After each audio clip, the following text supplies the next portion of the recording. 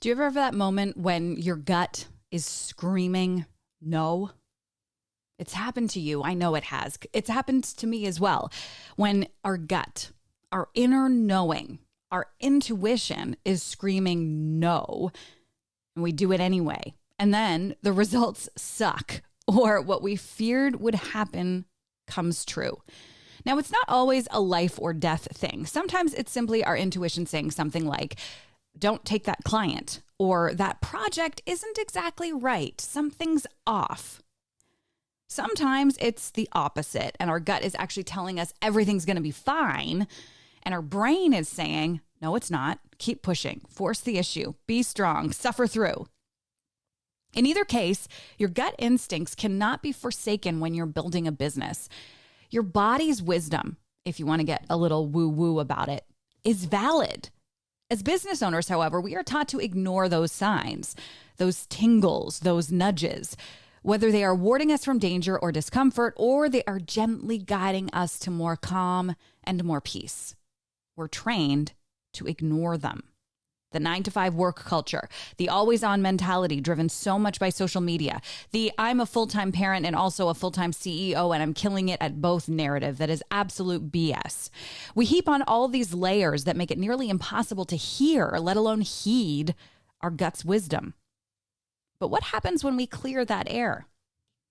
What happens when we make space to find that our bodies have a rhythm that we can effectively biohack to be better at business?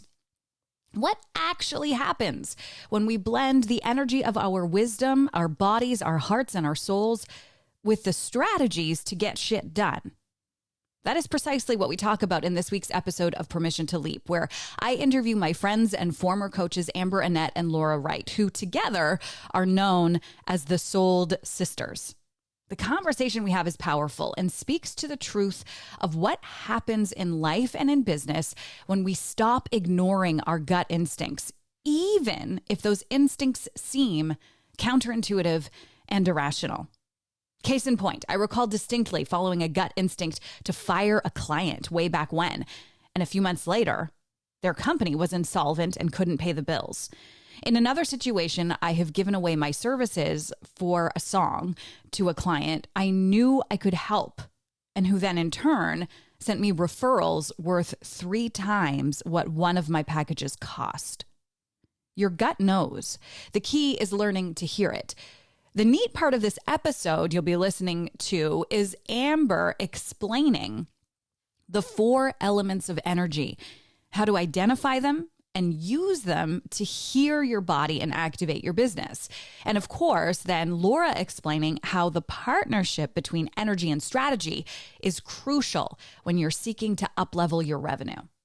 Next week in the Permission to Leap Collective, I'll be sharing more about the concept of partnership, how to know if you need a business partner, how to identify strategic partners who can help tap into your energy and boost your growth. By the way, I have a business partner, and I also use strategic partners for growth. So this episode is going to be amazing for you regardless of what stage of business you're in. For now, tune into this episode of Permission to Leap where I interview the Sold Sisters, Amber and Laura. The link is in this email or in the description box below. And take a breath to hear your intuition. You'll be glad you did. Until next week.